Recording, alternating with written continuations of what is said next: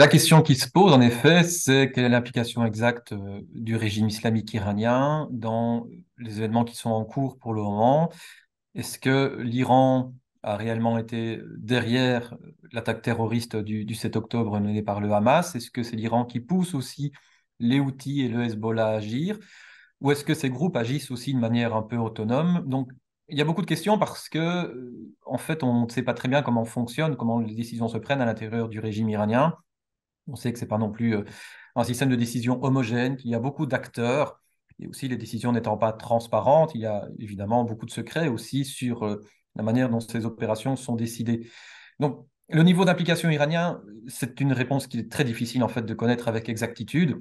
Maintenant, il est certainement acquis que l'Iran était au courant qu'une opération d'une telle ampleur allait se mettre en place. Et il trouve aussi un intérêt. Il ne faut pas non plus cacher le fait que même si l'Iran n'est pas effectivement derrière toutes les opérations, il y a quand même un intérêt pour le régime iranien à voir l'État d'Israël être affaibli, s'embourber également dans un autre conflit. Et puis aussi à la dimension régionale, puisque l'Iran trouve également un intérêt à ce que les accords d'Abraham qui ont été menés entre plusieurs États de la région du Golfe Persique et Israël soient maintenant mis en fait en situation d'instabilité, et aussi que les négociations qui étaient en train d'être lancées entre l'Arabie Saoudite et Israël soient maintenant au point mort. Donc la question de son application, par contre, en effet, va encore être posée par l'avenir. Elle nécessite de comprendre aussi la manière dont les différents supplétifs iraniens fonctionnent dans la région et aussi la manière dont l'influence iranienne est exercée dans la région. Il ne faut pas oublier, par exemple, que depuis la mort de Qassem Soleimani, qui était le responsable de la brigade Al-Quds, il y a aussi eu un changement dans la manière dont son successeur parvenait justement à coaliser autour de lui les différentes milices dites pro-iraniennes.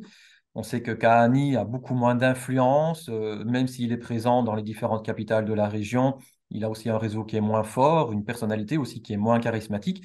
Et donc, est-ce qu'il y a eu aussi un renversement avec une prise de pouvoir beaucoup plus importante de certaines autres structures, comme par exemple Hezbollah, au sein justement du Front de Résistance? Ce sont un peu des questions qui se posent et dont, à mon avis, on trouvera des réponses plus à moyen terme.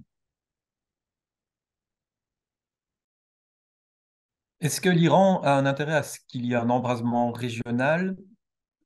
Peut-être pas dans la situation actuelle. On voit qu'il y a beaucoup de déclarations très offensives et très dures de la part du régime iranien, de la part de ses soutiens dans la région. On a tenu notamment le discours récent d'Hassan Nasrallah du Hezbollah, qui maintient la pression, même s'il ne lance pas toute une série d'opérations.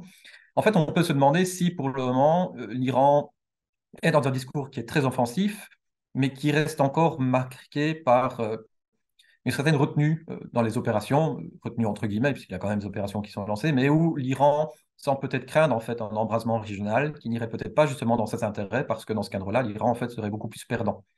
Et donc, le régime iranien a peut-être justement beaucoup plus d'influence et beaucoup plus d'intérêt dans la situation actuelle en maintenant la pression sur Israël, mais aussi sur les États-Unis, en lançant ses alliés, les acteurs non étatiques, les différentes milices dans différentes opérations qui ne sont peut-être pas encore non plus pour le moment efficacement coordonnées, mais qui démontrent en fait justement une capacité d'influence dans certains autres théâtres d'opération avant de voir la ligne rouge franchie et où là, on arrive dans une situation beaucoup plus instable, une situation de forte incertitude et qui pourrait aussi en fait être négatif pour le régime iranien. Donc pour le moment, l'Iran est peut-être dans la situation qui est pour le régime iranien, encore une fois, la meilleure, c'est-à-dire une pression constante sans nécessairement oser franchir la ligne rouge qui la mettrait vraiment dans une situation très difficile.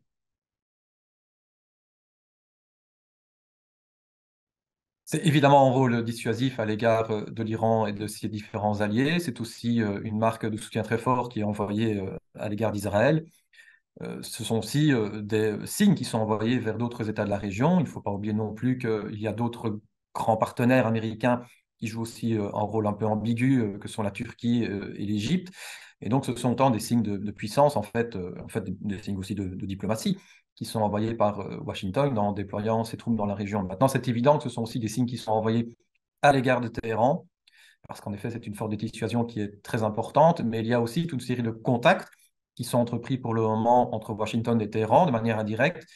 Il y a des courriers qui sont échangés via d'autres intermédiaires, dans lesquels les Américains manifestent évidemment l'intention de ne pas voir l'Iran franchir la ligne rouge, parce qu'il y a aussi cette volonté américaine de ne pas voir le conflit s'embraser. Maintenant, on est aussi dans une situation où les différents interlocuteurs n'échangent pas directement ensemble et donc on se rapproche un peu de ce qu'on appelle un dilemme de sécurité. C'est-à-dire, en fait, un dilemme de sécurité, c'est qu'à partir du moment où les interlocuteurs ne dialoguent pas ouvertement, ne vont pas comprendre en fait exactement toutes les positions qui sont prises par les différents États, et pour arriver à une mauvaise interprétation de certains signes, de certains comportements, qui peuvent alors entraîner des débordements, des représailles, des répliques, et qui donc en fait peuvent amener une espèce d'escalade.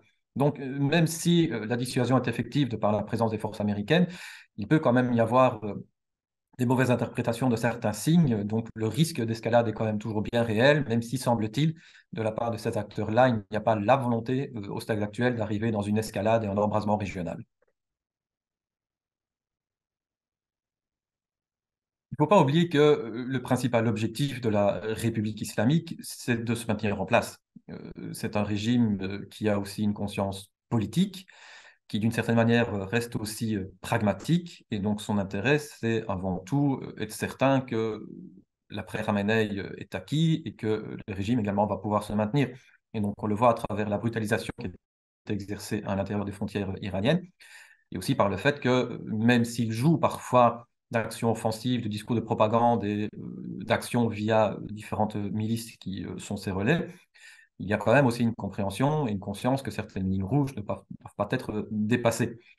Euh, donc ici, le régime iranien a certainement conscience de la situation. Il y a peut-être aussi des difficultés dans l'interprétation de la situation et de son évolution. On est toujours dans un risque d'escalade parce que les tensions sont là et certains signes ne pourraient pas être compris justement par ces différents acteurs.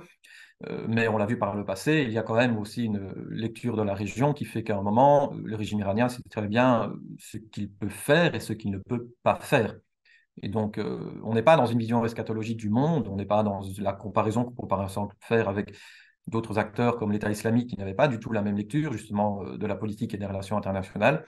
Donc, encore une fois, le but de la République islamique d'Iran, c'est de se maintenir en place et de ne pas en fait provoquer une situation qui pourrait aboutir à son effondrement.